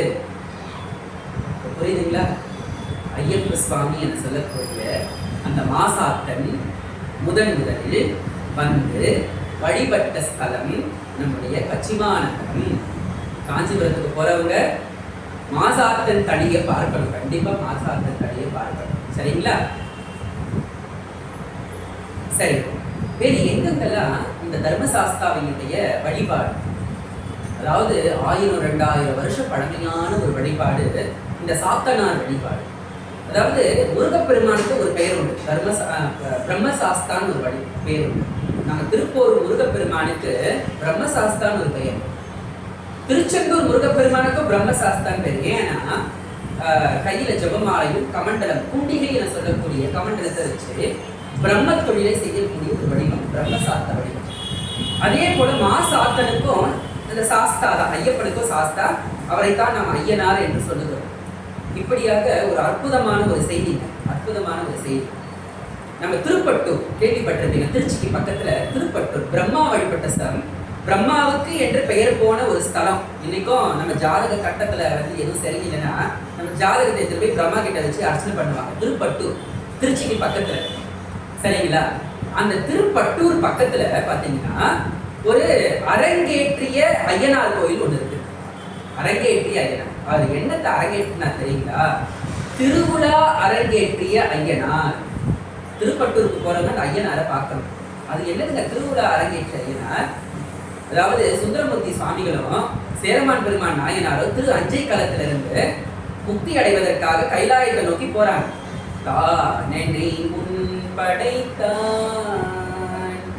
சுந்தரருடைய தேவார் முக்தி பதிகம். அப்படி பாடும் பொழுது கூடவே சேரமான் பெருமாளும் போயிடுறாரு, கைலாயத்துக்கு போயிடுறாரு. அங்க போய் அவர் என்ன பண்றாரு, திருக்கைலாயத்துல ஞான உலாவை பாடுகிறார். சிவபெருமான் முன்னிலையிலே அரங்கேற்றம் பண்ணவர் அவர் தான். திருக்கைலாய ஞான உலா, திருக்கைலாய ஞான உலா. சரி, கைலாய முறையில அவர் அரங்கேற்றம் பண்ணிட்டாரு, முக்தி பதத்தை அடைந்து விட்டார். ஆனால் பூலோக ஆன்மாக்களுக்கு அந்த ஞான உலா கிடைக்கணுமே, ஆமாவா இல்லைங்களா? அப்ப சிவபெருமான் என்ன பண்றாரு, சாத்தனை அனுப்புகிறார். இந்த ஏடுகளை கொண்டு போ, கொண்டு தமிழகத்துக்கு போ, தென் திசையை நோக்கி செல், அங்கு ஆன்மாக்கள் உய்வு பெற இந்த திருக்கைலாய ஞான உலாவை நீ அரங்கேற்றம் செய்ய வேண்டும் என்று. இப்படியாக தர்மசாஸ்தா என சொல்லக்கூடிய அந்த ஐயப்பன் என்ன பண்றாரு, திருப்பட்டூருக்கு வந்து அங்க 18, இன்னைக்கும் நீங்க போனீங்கன்னா 18 தூண்களை உடைய மண்டபம் இருக்கா. அந்த மண்டபத்துல தான் நம்முடைய சாத்தன் என சொல்லக்கூடிய அந்த தர்மசாஸ்தா திருக்கைலாய ஞான உலாவை அரங்கேற்றம் செய்கிறாரு. அங்க இருக்கக்கூடிய அந்த சாஸ்தாவுடைய சிலையில பாத்தீங்கன்னா 7 இருக்குமா. என்னது 7 இருக்கும். உடல் முழுக்க திருநீர் பூசியிருப்பார், ருத்ராக்க மாலையை அணிந்திருப்பார். சிவபெருமான் பணிக்க அந்த திருக்கைலாய ஞான உலாவை அரங்கேற்றியதனால் அந்த ஐயனாருக்கு பெயர் ஞான உலா அரங்கேற்றிய ஐயனார். அதே போல நீங்க காஞ்சிபுரத்துக்கு போங்க, ஆதி காமாட்சின்னு ஒரு கோயில் இருக்கு, கேள்விப்பட்டிருக்கீங்களா? இன்னைக்கு நாம போகக்கூடிய காமாட்சி பெரிய காமாட்சி. ஆனா முதலில் அந்த பராசக்தி ஆதி காமாட்சி ஆதிபீட பரமேஸ்வரி காளிகாம்பாள்னு ஒரு ஆலயம் இருக்கு. அதுதான் அம்பாளினுடைய முதல் ஸ்தலம். காஞ்சி காமாட்சி இப்ப இருக்கக்கூடிய ஸ்தானத்தை காட்டிலும் முதன்மையாக வந்து அமர்ந்த இடம் அதுதான். அந்த கோயிலை நீங்க சுத்தி வந்தீங்கன்னா அங்க ஒரு சாஸ்தாவுடைய சிலை இருக்குது. அதை பற்றி ஒரு செய்தி பாருங்க. கச்சி வளைக்கை கச்சி, அதாவது கச்சி வளைக்கைச்சி. வளைக்கைச்சின்னா வலையை அறியக்கூடிய அந்த காமக்கோட்டத்து நாயகி. காமக்கோட்டன் காவல் மெச்சி இனிதிருக்கும் மெய் சாத்தன். அந்த காமக்கோட்டத்திற்கு காவலாக இருப்பவன் யார் என்றால் சாத்தனம். அவ்வளவு ஆயாசமா சந்தோஷமா தன்னுடைய தாய் காமக்கோட்டத்து நாயகிக்கு காவலாக இருக்கும்படி அந்த சாத்தனார் சந்தோஷமா உட்கார்ந்துகிட்டு இருக்கிறார். என்னது சந்தோஷமாக உட்கார்ந்துகிட்டு இருக்கக்கூடிய அந்த சிலையை நீங்க அங்க பார்க்கலாம். என்னது அந்த சிலையை அங்க பார்க்கலாம். ஆக அப்படியாக இது ஒரு புறம். அதே போல நமக்கு வந்து பாத்தீங்கன்னா அஞ்சனம் எழுதிய கண்டன் சாஸ்தா என்கின்றதாகிய ஒரு கோயில் இருக்குங்க. அது எங்க இருக்குன்னா நாகர்கோயிலிருந்து கன்னியாகுமரிக்கு போற வழியில ஆசிரமம் என்கின்றதாகிய ஒரு கிராமம். இந்த இடத்துல வந்து பாத்தீங்கன்னா ஐயப்ப சுவாமி எப்படி இருக்கிறாரா, சாஸ்தா எப்படி இருக்கிறாருன்னா ஜடாமுடியோடு பதக்கம் தரித்து உடல் முழுக்க திருநீர் தரித்து அத்திரி மகரிஷிக்கு, அத்திரி முனிவருக்கு ஞானோபதேசம் செய்யக்கூடிய ஒரு காட்சியில இருக்கிறார். ஞானோபதேசம் செய்யக்கூடிய, நீங்க தென் தமிழகத்து சைடு போனீங்கன்னா நிறைய சாத்தனார் வழிபாடு தான், ஐயப்ப சுவாமி வழிபாடு தான். அதனாலதான் நம்முடைய மாதவ சிவஞான யோகிகள் முதல் பாட்டிலே கொடுத்தார் தென் திசை கடவுள். அந்த மாதிரி அதாவது தென் திசை, நம்முடைய தமிழகத்துல தென் திசையில இருக்கக்கூடிய அந்த ஊர்கள் எல்லாம் சாத்தன் வழிபாடு தான் அதிகம், சாஸ்தா வழிபாடு தான் அதிகம். அதே போல இன்னொரு செய்தியும் என்னன்னா, சொரிமுத்தையனார் கேள்விப்பட்டிருக்கீங்களா? சொரிமுத்தையனார் நீங்க திருநெல்வேலி மாவட்டம் பாபநாசத்துக்கு போனீங்கன்னா, அந்த தென்காசி தாண்டி பாபநாசத்துக்கு போட்டு பாபநாசம் இந்த தாமிரபரணி ஆறு போடும். அற்புதமான ஸ்தலம், எல்லாரும் போய் பார்க்க வேண்டிய ஸ்தலம். அந்த பாபநாசத்துல இருந்து மலை மேல போனீங்கன்னா ஒரு காடு வரும். அந்த காட்டுல காரையார் சொரிமுத்தையனார் கோயில், காரையார் சொரிமுத்தையனார் கோயில். இன்னைக்கும் நம்ம சதுரகிரி புராணத்தை எடுத்துக்கிட்டீங்கன்னா ஆடி அமாவாசை ரொம்ப விசேஷம். அகத்தியர் வந்து வழிபட்ட இடம், அது எல்லாமே அகத்தியர் வழிபட்ட இடம். அப்பொழுது அகத்தியர் வந்து அந்த இடத்துல மகாலிங்கத்தை நோக்கி தவம் பண்ணிட்டு இருக்கும் பொழுது ஒரு ஜோதியை பார்க்கிறார். அந்த ஜோதி எதுவென்றால் சாட்சாத் அந்த தர்மசாஸ்தா என சொல்லக்கூடிய அந்த சாஸ்தா வந்து அவருக்கு காட்சி கொடுக்கிறார் அந்த கானகத்துல. அதுவும் ஆடி அமாவாசைக்கு வந்து காட்சி கொடுக்கிறார். இப்படியாக அந்த பாபநாச மலைக்கு மேல பூரணி புஷ்கலை சகிதராக நமக்கு சொரிமுத்தையனார். சொரிமுத்து என்றால் என்ன? அந்த வானத்துல இருந்த மழைகள் மலர் மாறி பொழிந்தன, முத்து போல மழை மாறி பொழிந்ததனால் சொரிமுத்தையனார் சாஸ்தாவினுடைய முதல் பீடம் என்று சொல்லுகிறார். சாஸ்தாவினுடைய முதல் பீடம். அவரு பூதநாதர்னு நம்ம ஏற்கனவே சொல்லியிருக்கோம். பூதங்களை எல்லாம் கட்டி காப்பவர், காடு வனங்களை எல்லாம் கட்டி காப்பவர். அதனாலதான் அவர் விலங்குகளோடு இருக்கிறார். அவர் யாரோட தான் இருக்கிறார் தெரியுங்களா? இத்தனை பேர்கள் காவல் காக்க அந்த சொரிமுத்தையனார் பாபநாச மலையில இருக்கிறார். யாராருன்னா மகாலிங்கம் சிவபெருமான், அகத்தியர், சங்கிலி பூதத்தார், காத்தவராயர், மேலவாசல் பூதத்தார், மேலவாசல் விநாயகர், பிரம்ம ராட்சசி, பேச்சி, தலவாய் மாடல், கரடி மாடல், பட்டவராயன் போன்ற கருப்பன், கருப்பாயி போன்ற தூண்டில் மாடல், இப்படியாக பல பேர்களோடு பல பேர்கள் புடை சூழ அப்படி ராஜாதி ராஜனாக சொரிமுத்தையனார் இருக்கிறார். இவர் எல்லாருமே யாருன்னா சாக்ஷாத் அந்த சாஸ்தா என சொல்லக்கூடிய அந்த ஐயப்பன், சாஸ்தா என சொல்லக்கூடிய ஐயப்பன். இப்போவும் நீங்க சபரிமலை யாத்திரைக்கு போறவங்கலாம் ஆரியங்காவ ஐயப்பன் சொல்லுவாங்க. ஆரியங்காவில அவர் திருமண கோலத்துல இருக்கிறார். ஆரியங்காவில திருமண கோலத்துல இருக்கிறார். நிறைய ஆலயங்கள்ல ஐயப்பனுக்கு யானை வாகனம், நான் ஏற்கனவே சொன்னது போல சிவபெருமான் அளித்த பரிசு. நிறைய கோயில்கள்ல ஐயப்பன் குதிரை வாகனத்துல இருப்பார், அதுவும் சிவபெருமான் அளித்த பரிசு. நிறைய கோயில்கள்ல புலி வாகனனாக இருப்பார். இப்படியாக வனங்களையும் காடுகளையும் பூதங்களையும் கட்டி காக்கக்கூடிய பூதநாதன்னா, வெறும் பூதங்கள்னா நம்ம மனித பூதங்கள்லாம் கிடையாது, பஞ்சபூதங்களுக்கே தலைவன் அவன் தான். பஞ்சபூதங்களுக்கே தலைவன் இந்த தர்மசாஸ்தா. ஆக இப்படியாக சாஸ்தாவினுடைய என்ன சொல்றது பல்வேறு வடிவங்களை நாம் சிந்திக்கலாம். சாஸ்தாவுக்கு 8 வடிவங்கள் இருக்குன்னு சொல்றாங்க.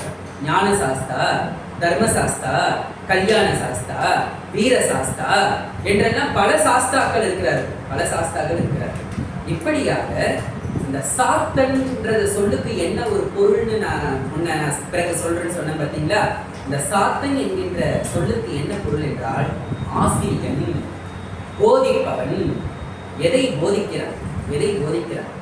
இன்னைக்கும் சபரிமலையில ஐயப்பன் தர்மசாஸ்தாவாக இருக்கிறார். ஐயப்பன் தர்மசாஸ்தாவாக இருக்கின்றார். எப்படி இருக்கிறான்?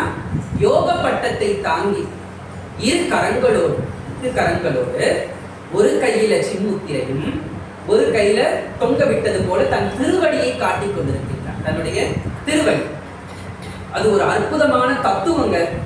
ஐயப்பன் அமர்ந்திருக்கக்கூடிய கோலம் ஒரு தத்துவமான கோலம். அது ஒரு யோக கோலம். எப்படின்னா அந்த குதிகாலை மடக்கி அந்த குண்டலினி சக்தியை எழுப்புவது போல இப்படி ஐயப்பன் நிமிர்ந்து உட்கார்ந்துகிட்டு இருப்பான். குண்டலினி சக்தி மேலே எழுந்ததுன்னா நீயே பிரம்மம். ஆமாவா இல்லைங்களா? அப்போ குண்டலினி சக்தி மேலே எழ வேண்டும் என்றால், உனக்குள்ள இருக்கக்கூடிய பிரம்மத்தை நீ உணர வேண்டும் என்றால் 3 விஷயத்தை உணரணும். ஆணவம், கண்மம், மாயை. என்னது? ஆணவம், கண்மம், மாயை. இத 3ஐயும் நீ விடு. முதல்ல இந்த 3ஐயும் நீ விடு. இந்த ஆன்மாவாக இருக்கக்கூடிய இந்த ஆள்காட்டி விரல் இது 3த்தையும் விட்டுடுச்சுன்னா, இப்போ இந்த ஆன்மா தான் இந்த ஆள்காட்டி விரல். இந்த ஆன்மாவை பற்றி இருப்பது எதுவென்றால் ஆணவம், கண்மம், மாயை. இது 3 அறுபட்டுடுச்சுன்னா இந்த ஆன்மா என்ன தெரியுமா பண்ணும்? பரமான்மா என சொல்லக்கூடிய இந்த கட்டை விரலோடு சேர்ந்து. அதுதான் சின்முத்திரையினுடைய தத்துவம். இந்த சின்முத்திரையை காட்டிக்கொண்டு நமக்கு ஞானோபதேசம் செய்து கொண்டிருக்கின்றான் ஐயப்பன். அதனாலதான் சபரிமலையில் இருக்கக்கூடிய ஐயப்பனுக்கு பெயர் தர்மசாஸ்தா. மனிதா, நீ தர்மத்தின் வழியில் நட, அப்பொழுதுதான் நீ என்னை காண முடியும். வெறும் மாலை போட்டுட்டாலும் ஐயப்பனை பார்க்க முடியாது. உண்மையை சொல்ற. மாலை போட்டு 48 நாள் விரதம் இருந்தா மட்டும் ஐயப்பனுடைய காட்சி நமக்கு புறக்கண்ணில் தெரிந்துவிடும். ஆனால் அகக்கண்ணில் அவன் தெரிய வேண்டும். அவன் நம்முடைய அகத்தில் எழ வேண்டும். ஆமாவா இல்லைங்களா? ஐயப்ப சுவாமி வழிபாடு சாதாரண வழிபாடுலாம் கிடையாது. ஊனினை உருக்கி உள்ளொளி பெருக்கி. அதனாலதான் 48 நாள் நம்ம விரதம் இருக்கிறோம். அது கடுமையான விரதம்னா சும்மா தான் இல்லைங்க, கடுமையான விரதம். அதாவது பார்த்தீங்கன்னா பாயில கூட படுக்க கூடாது, வெறும் தரையில துணியை விரிச்சுதான் படுக்கணும். பெரியவங்க அந்த காலத்துல அப்படித்தான் விரத முறையை சொன்னாங்க. இல்லறத்துல இருக்கிறவங்க எல்லாம் ரொம்ப கட்டுப்பாடோடு இருக்கணும். தன்னுடைய மனையாளை கூட மாளிகைபுரம்னு தான் சொல்லணும். தன்னுடைய மனையாள் என்று பார்க்க கூடாது. அந்த மனையாள் கூட பக்கத்துல கூட வந்து நிற்க கூடாது. அப்படியாக ஒரு விரத காலம் தான் இருந்தது. பார்ப்பவர்கள் எல்லாரையுமே ஐயப்பனாக பார்த்த காலம். ஆமாவா இல்லை? எல்லாரையுமே சாமி சரணம். நேற்று பிறந்த குழந்தைய கூட சாமி சரணம் வாங்க. 80 வயசு 90 வயசு தாத்தாவை கூட சாமி சரணம், ஐயப்ப சரணம் வாங்க. அப்போ இந்த ஐயப்ப சுவாமி வழிபாடு என்பது ஒரு மனுஷனுக்கு எவ்வளவு ஒரு பரிபக்குவத்தை கொடுத்துட்டு பாருங்க. அந்த 48 நாள் தூய்மையாக இருந்து எந்த ஒரு தீய விஷயங்களையும் நாம் செய்யாமல், அது வரைக்கும் எல்லாருக்கும் எந்தெந்த பழக்கம் இருக்குமோ நமக்கு தெரியாது. அதையெல்லாம் விடுத்து ஒரு தூயனாக, குற்றமற்றவராக, இந்த உடலையே ஒரு கோயிலாக, உள்ளம் பெருங்கோயில் ஊனடம்பு ஆலயம். உள்ளம் கோயிலா இருந்தா தானங்க ஊனடம்பு ஆலயமாகும். அப்பதானங்க வள்ளல் பிரானுக்கு இது வாய் கோபுரவாசல் தெல்ல தெரிந்தாருக்கு சீவன் சிவலிங்கம் கள்ள புலனைந்தும் காலா மணிவிளக்கு. இப்படியெல்லாம் இருந்தாதான் ஐயப்பன் நமக்குள்ள எழுந்தருள்வான். ஆமாவா இல்லை? ஐயப்பன் நமக்குள்ள எழுந்தருள்வான். எதற்காக நாம் 18 படி ஏறுவோம்? எதற்காக நாம் 18 படி ஏறிய பிறகு 18 முறை அந்த 18 படியை ஏறிய பிறகு நமக்கு ஏன் குருசாமி பட்டத்தை கொடுக்குறாங்க தெரியுங்களா? இதன் பிறகு அவன் சாதாரண மனிதர் கிடையாது. 18 முறை எவர் ஒருவர் சபரிமலையை ஏறுகிறாரோ அவர்கள் அதன் பிறகு சாதாரண மனிதர் கிடையாது. அவர்கள் குரு ஸ்தானத்துக்கு உயர்கிறார். அவர்கள் குற்றமற்றவர்களாக, விமலர்களாக, அதன் பிறகு அந்த ஞான வாழ்க்கை இன்னொருவருக்கு காட்டக்கூடிய நிலைதான். ஞான வாழ்க்கையை இன்னொருவருக்கு, ஒருத்தருக்கு ஐயப்ப சாமியை பத்தியே தெரியாது, மாலை போடக்கூடிய விஷயத்தை பத்தி தெரியாது, விரத முறை தெரியாது, ஐயப்பனை போய் எப்படி பார்க்கணுன்ற முறை தெரியாது. அப்ப குருசாமி என்ன பண்றாரு? அப்பா இதெல்லாம் செய்யக்கூடாது. இந்த தவறுகளை எல்லாம் செய்யக்கூடாது. முறையாக மாலை அணிந்து 48 நாள் விரதம் இருந்து ஐயனை போற்றி துதிபாடி அந்த குரு என்பவர் வழிகாட்டியாக, அடுத்தடுத்து வரக்கூடியவர்களுக்கு வழிகாட்டியாக இருப்பவர் தான் குரு. ஆமாவா இல்லை? குருவே சிவமென கூறினான் நந்தி என்று நாம் திருமந்திரத்துல பார்க்கிறோம். குருவும் சிவமும் வேற இல்லை. குருவும் சிவமும் வேற. இது எல்லாம் கருத்துல கொள்ளணும். ஐயப்ப வழிபாடு என்பது சாதாரண வழிபாடுலாம் கிடையாது. மாலை அணிந்தால் என்றால் நீங்களே ஒரு ஐயப்பன் தான். அப்ப எவ்வளவு ஒரு புனிதமான வாழ்க்கையை நாம் வாழ வேண்டும் என்று இந்த காலத்துல இருக்கிறவங்க எல்லாருமே தெரிஞ்சுக்கணும். குருசாமினா சாதாரண விஷயம் கிடையாது. 18 முறை 18 படி ஏறி அந்த தர்மசாஸ்தாவை நாம் கண்டுவிட்டோம் என்றால் நீயும் சத்தியமாக தர்மத்தின் வழியிலே நடப்பவராக இருக்க வேண்டும். அதனாலதான் அவர்களுக்கு நாம குரு பட்டத்தை கொடுக்கிறோம். ஆமாவா இல்லையா? குரு பட்டத்தை கொடுக்கின்றோம். அந்த குரு பட்டத்தை தாங்கிய பிறகு நாம மனித நிலைக்கு இறங்குறது கிடையாது. ஐயப்பனுக்கு அடுத்த நிலையில இருக்கிறது யாருன்னா குரு தான். ஐயப்பனுக்கு அடுத்த நிலையில் இருப்பவர் குரு. அடுத்து வரக்கூடிய ஆன்மாக்களை எல்லாம் கரை தேற்றுவதற்காக ஒரு படகாக, ஒரு ஓடமாக, ஒரு துடுப்பாக இருப்பவர்கள் குரு. அப்பேற்பட்ட ஒரு அற்புதமான விரதம்.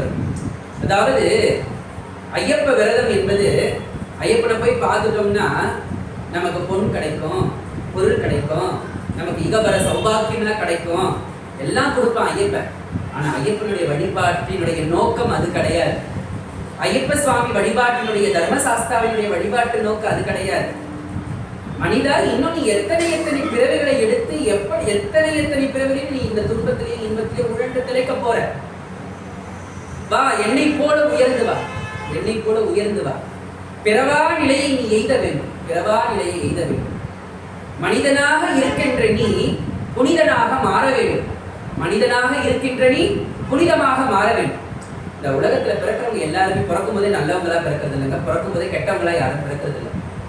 வாழ்க்கையினுடைய சூழ்நிலை காரணமாக கெட்டவர்களாக மாறுபவர்கள் இருக்கிறார்கள், நல்லவர்களாக வாழ்ந்து மடிந்தவர்களும் இருக்கிறார்கள். குற்றமே இல்லாத புனிதர்கள்லாம் பார்ப்பது அரிது. அப்போ அந்த குற்றங்களை குறைப்பதற்குத்தான் இந்த விரத முறைகள். நம்ம மனதிலே எழக்கூடிய அந்த குற்ற எண்ணங்களில் இருந்து நாம் விடுபடவே இந்த விரத முறைகள். இறைவனை தியானிக்க நம்முடைய மனம் பக்குவப்படுது. ஆமாவா இல்லைங்க? மனம் பக்குவப்படுது. ஒரு நிலத்துல விதையை விதைச்சு நீங்க அறுவடை செய்யணும்னாலும் அந்த நிலத்தை பக்குவப்படுத்த வேண்டும். அதுக்கு பெயர் சமைத்தல் என்று பெயர். சமைத்தல்னா என்ன? வீட்டுல கூட ஒரு குழம்பு வைக்கிறோம், அப்படியே எடுத்து காய்கறி அரிஞ்சு போட்டு பருப்பு கொட்டி சமைக்கல. சுத்தமாக அதை கழுவி துடைத்து அதை நறுக்கி நல்லதா கெட்டதான் பார்த்து பக்குவமாக செய்வதன் பெயர் தான் சமையல். ஆமாவா இல்லை? அப்படி சாதாரண உண்ணக்கூடிய உணவுக்கே நாம் அவ்வளோ பார்க்கும் பொழுது இறைவனை அறையக்கூடிய வாழ்க்கை எப்படி இருக்கிறது? ஆமாவா இல்லை? ஆக அந்த விரத முறை தான் நமக்கு சபரிமலை ஐயப்ப சுவாமியுடைய விரத முறை. இப்படியாக நாம் முறையாக இருந்து அந்த ஐயப்ப சுவாமியை நாம் வழிபடும் பொழுது அந்த அருட்பெருஞ்சோதி தனிப்பெரும் கருணையாக இருக்கக்கூடிய அந்த பிரம்மம், அந்த சாஸ்தா என சொல்லக்கூடிய பிரம்மம், அந்த தர்மசாஸ்தா என சொல்லக்கூடிய பிரம்மம், இந்த மாசாத்தன் என சொல்லக்கூடிய அந்த பிரம்மம் நம்முடைய உள்ளத்திலே மகரஜோதியாக உள்ளது. புறத்தினால் பார்ப்பதால் யாதொரு பயனும் கிடையாது. அகத்தினால் பார்க்க வேண்டும். நாமும் புனிதர்களாக வேண்டும். அதற்காகத்தான் இந்த ஐயப்ப சுவாமி வழிபாடு. அதற்குத்தான் இந்த ஐயப்ப சுவாமி வழிபாடு. ஐயப்பனுடைய அற்புதங்களை எல்லாம் சொல்லணும்னா இந்த ஒரு சொற்பொழிவுலாம் பற்றாது. அவன் கலியுகத்தினுடைய கண்கண்ட தெய்வம். இன்னைக்கும் நீங்க உண்மையாக உள்ளன்போடு ஐயப்பா என்னை நீ காப்பாற்று, நான் இவ்வளவு பெரிய சிக்கல்ல மாட்டிக்கிட்டு இருக்கிறேன் அப்படின்னு சொல்லும் பொழுது நிச்சயமாக தர்மசாஸ்தா நம்மை காப்பான் என்பதில் எல்லளவும் ஐயமே கிடையாது. அது பல ஐயப்ப சுவாமிகளுடைய ஐயப்பனுடைய அடியாருடைய வாழ்க்கையில நாம எல்லாம் பார்த்திருக்கிறோம். அதுல மிகவும் சிறப்பு வாய்ந்தவர் நம்முடைய நடிகர் நம்பியார் சுவாமிகள். ஐயப்பனுடைய அற்புதங்களை எல்லாம் அவரே பேசியிருக்கிறார். யூடியூப்ல கூட இருக்கு. வேணும்னா நம்ம போன்ல என்னென்னவோ விஷயத்த பார்க்கிறோம். இந்த மாதிரி அற்புதங்களை எல்லாம் நாம கேட்டு தெரிஞ்சுக்கிறோம். ஒருத்தர் ஒருத்தருடைய வாழ்க்கையினுடைய அற்புதம் தான் இன்னொருத்தருக்கான அனுபவம், இன்னொருத்தருக்கான ஒரு பாடம். ஒருத்தருடைய அனுபவம் தான் இன்னொருத்தருக்கான பாடம். ஆக இப்படியாக இந்த அற்புதமான இந்த கார்த்திகை மாதம், இந்த மார்கழி மாதம், தை மாதத்தில் ஐயப்பனுக்கு மகர ஜோதி, இந்த அற்புதமான ஐயப்ப சுவாமியை சிந்திக்கக்கூடிய இந்த நாட்களிலே அவரை பற்றி சிந்திப்பதற்கான ஒரு வாய்ப்பு நல்கிய இந்த சைவ சமய பக்த ஜன சபையோருக்கு அடியவள் மனமார்ந்த வணக்கங்களையும் நன்றிகளையும் தெரிவிக்கப்பட்டு, எப்பொழுதும் வாயார அந்த ஐயப்பனை நாம பாடணும். சுவாமியே சரணம் ஐயப்பா. வாய் விட்டு நாம சொல்லும் பொழுது நம்முடைய ஆணவம் போயிடுங்க. வாய் விட்டு சொல்லும் பொழுது நம்முடைய ஆணவம் போயிடும். சில பேர் சுவாமியுடைய நாமத்தை சொல்றதுக்கு கூச்சப்படுவாங்க. ஓ, 4 பேர் பார்க்க நாம கத்தணுமா? அதன் பெயர் கத்துதல் கிடையாது. மெய்மறந்து சொல்றதுக்கு பேர் கத்துதல் கிடையாது. அது ஒரு அன்பு, அது ஒரு பரவசம். இப்படி சுவாமியே சரணமையப்பா அப்படின்னு நம்ம கத்தும் பொழுது எங்கேயோ இருக்கக்கூடிய அந்த ஐயப்ப சுவாமி நம்ம பக்கத்துல வந்து நிற்பான். ஆமாவா இல்லை? இது சத்தியமான உண்மை, சத்தியமான உண்மை. அடியோட வாழ்க்கையில கூட பார்த்தீங்கன்னா எங்க வீட்டுல ஐயப்ப சுவாமி வழிபாடு ரொம்ப நாங்க சிறப்பா கொண்டாடக்கூடிய ஒரு வழிபாடு. எங்க அப்பா மாலை போட்டுட்டாருன்னா தினம் தினம் அடியவளுக்கு ஒரு பக்தி வந்ததுன்னா அது என் தந்தையாரிடம் இருந்து வச்சுக்கோமே. மாலை போட்டுட்டாங்கன்னா தினம் தினம் எங்க வீட்டுல பஜனை தான். தினம் தினம் எங்க வீட்டுல வந்து பாத்தீங்கன்னா ஐயப்பனுக்கு புஷ்பாஞ்சலி நடக்கும். அப்படியாக தான் அடியவனும் ஏதோ கொஞ்சம் கொஞ்சம் அப்படி ஐயப்பனுடைய பாடல் எல்லாம் கத்துக்கிட்டு அந்த ஐயப்பன் மீதான அந்த ஒரு பக்தி, அந்த ஒரு பேராவல், ஐயப்பனுடைய பக்தையாக மாறினதற்கு எங்களுடைய வீட்டுல நடந்த அந்த வழிபாடும் ஒரு காரணம். அவ்வளோ ஒரு தீவிரமான ஒரு ஐயப்ப பக்தர்களுடைய அந்த இதுலதான் நான் அடியவளும் வந்தது. ஆக அப்படியாக அது பேசும் பொழுது இந்த உணர்ச்சி பூர்வமாக தான் பேச வரும். ஏன்னா இது படித்து பேசுவது கிடையாது, உணர்ந்து பேசுவது. ஐயப்பன்னா யார் என்பதை உணர்ந்து பேசுவதனால் அப்பொழுது ஒரு ஆவேசமாக பேசக்கூடிய அந்த நிலையெல்லாம் நீங்க பார்ப்பீர்கள். ஆக அப்படியாக ஐயப்பன் வழிபாடு என்பது தன்னை உணர்தலுக்கான ஒரு வழிபாடு. ஐயப்ப வழிபாடு என்பது தன்னை உணர்தல். நாம் யார்? அதான் தத்துவமசி. நானே நீ, நீயே நான். அவ்வளவுதாங்க. நானே நீ, நீயே நான். நான் கடவுள்னு சொல்றேன் பார்த்தீங்களா? நீ என்னை போல் வா, நான் உன்னிடம் வந்து நிற்கிறேன், நீ என்னை போல் வா. அதுதான் தத்துவமசி. அவன் தான் தர்மசாஸ்திரன். தர்மத்தின் வழியிலே எவர் ஒருவர் நிற்கிறார்களோ அவர்களுக்குத்தான் அந்த தர்மசாஸ்திரன் தன்னுடைய அருளை புரிவான், தன்னுடைய காட்சியை நல்குவான் என்பது எல்லளவும் மையமில்லை என்று சொல்லி வாய்ப்பளிப்பதை நன்றி கூறி வருகிறேன். ஓம் சுவாமியே சரணமையப்பா, வில்லாடி வீரனே சரணமையப்பா, வீரமணி கண்டனே சரணமையப்பா. ஓம் சுவாமியே சரணமையப்பா. வான்முகில் படாது பெய்த மணிவளம் சுரக்க மன்னன் பொன்முறை அரசு செய்த குறைவிலா உயிர்கள் வாழ்க, நான்மறை அறங்கள் போங்க, நற்றவம் வேள்வி மல்க, மேன்மைக்குள் சைவ நீதி விளங்குக உலகம் எல்லாம். மேன்மைக்குள் சைவ நீதி விளங்குக உலகம் எல்லாம். ஹர ஹர ஹர ஹர நம பார்வதி பதயே ஹர ஹர மகாதேவா. தென்னாடுடைய சிவனையை போற்றி, எந்நாட்டவர்க்கும் இறைவா போற்றி.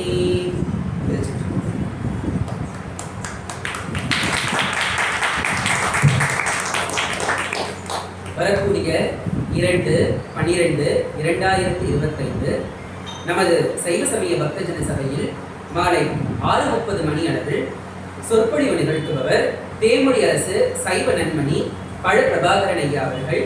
தலைப்பு சுந்தரர் தேவாரம். பக்தர்கள் அனைவரும் வந்து கலந்து கொண்டு எல்லாம் வல்ல இறைவனுடைய அவரை பெற்றுமாறு கேட்டுக்கொள்கிறேன். சிவாய நம. திருச்சிற்றம்பலம்.